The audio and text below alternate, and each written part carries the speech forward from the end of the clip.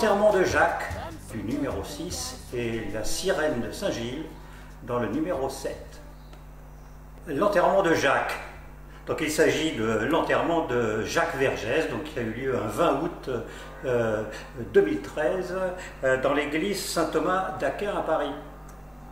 Alors pourquoi s'intéresser à ce sujet? D'abord parce que la fin de Jacques Vergès, c'est la fin d'une époque, celle des forces françaises libres, où il s'est engagé à 18 ans, celle de la guerre d'Algérie, n'oublions pas qu'il a été l'avocat des indépendantistes algériens, puis ensuite des pro-palestiniens, des terroristes comme Carlos.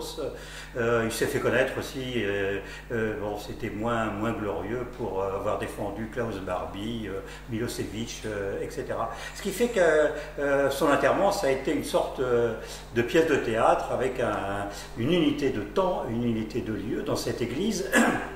Alors, pourquoi une église? Après tout, notre ami Jacques Vergès était un athée, pas seulement un athée, c'était aussi quelqu'un qui s'était converti à l'islam pour épouser Jamila Bouhiret, si vous vous souvenez.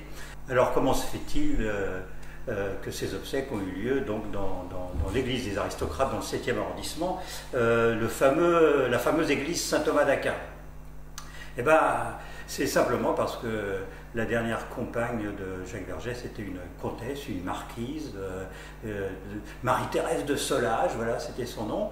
Ça a été le dernier amour de l'avocat. Bon, il était ruiné à ce moment-là, elle avait de l'argent, c'est elle qui l'a hébergé pendant ces derniers instants. Donc il est mort donc, dans le quai Voltaire. Et semble-t-il dans le lit même où est mort Voltaire à Paris, et il est mort un 15 août, donc en pleine fête de la Vierge, qui est si chère aux traditionalistes catholiques, puisqu'il faut dire que Madame la Comtesse était une traditionnaliste. Les obsèques ont été à l'ancienne, elle a demandé pour ça une dérogation à l'archevêque de Paris.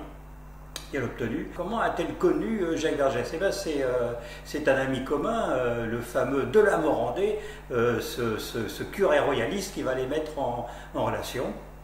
Et puis ils vont s'aimer, puis il va mourir dans la cuisine alors qu'elle lui préparait un gigot. Ce 20 août, on va retrouver dans l'église une quantité de gens qui, a priori, n'avaient rien à voir entre eux, donc ça va de l'extrême gauche, en passant par l'extrême droite, Dieudonné, Alain Soral, en passant par des ambassadeurs des pays africains, des opposants, des membres des services secrets. Disons, tout ce beau monde va se retrouver dans l'église à participer à une messe traditionnaliste catholique. Au moment de la communion, au grand étonnement du curé, tout le monde va vouloir communier et il ne va pas avoir assez d'hosties et miracle, le curé va être obligé de découper en petits morceaux ces hosties afin de pourvoir à toute la demande. Je vous parlais tout à l'heure d'anecdotes entourant ce fameux tournage à La Réunion de la sirène du Mississippi.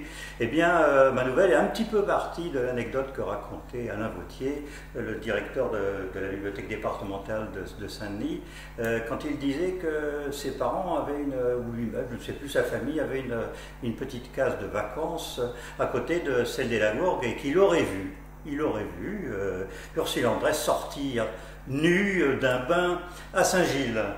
Notre deuxième nouvelle, qui s'appelle La sirène de Saint-Gilles, traite d'un épisode connu à l'île de la Réunion, qui est celui du tournage de La sirène du Mississippi, ce fameux film de François Truffaut. Alors pourquoi s'intéresser à cet événement qui a eu lieu en décembre 1968? Il y a des petites anecdotes qui courent autour de ces événements, et notre nouvelle va plutôt narrer les aventures et les amours d'Ursule Andress. Alors, pour la petite histoire, François Truffaut était amoureux de Catherine Deneuve. Il va d'ailleurs conclure, comme on dit, à l'île de la Réunion. Et cet amour a été mis en danger par la venue de Paul Belmondo, séducteur reconnu. Et puis, eh bien, tout ça, ça ne faisait pas les affaires d'Ursule Andress, qui n'avait aucun rôle dans le film, mais qui a débarqué à La Réunion pour, quelque part, surveiller son petit ami.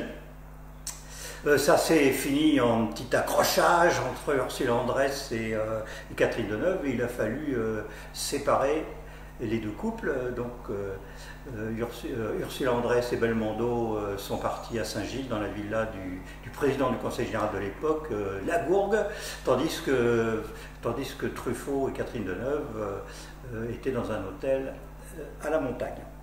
Cette nouvelle a été l'occasion pour moi de raconter un peu les aventures des Vattes à l'île de la Réunion, puisque nous sommes en 1968 et il y a toute une période pendant laquelle des jeunes oreilles vont débarquer à l'île de la Réunion, un peu changer le mode de vie local, importer un peu de mai 68 à l'île de la Réunion, et de l'autre, ils vont être confrontés à la civilisation créole, et tout ça va donner ce que nous connaissons bien ici. La revue Indigo, voilà, qui est celle-ci, c'est un numéro. Puis nous avons aussi les lettres de Lémurie, voilà, de notre ami Zouar Ravaleson.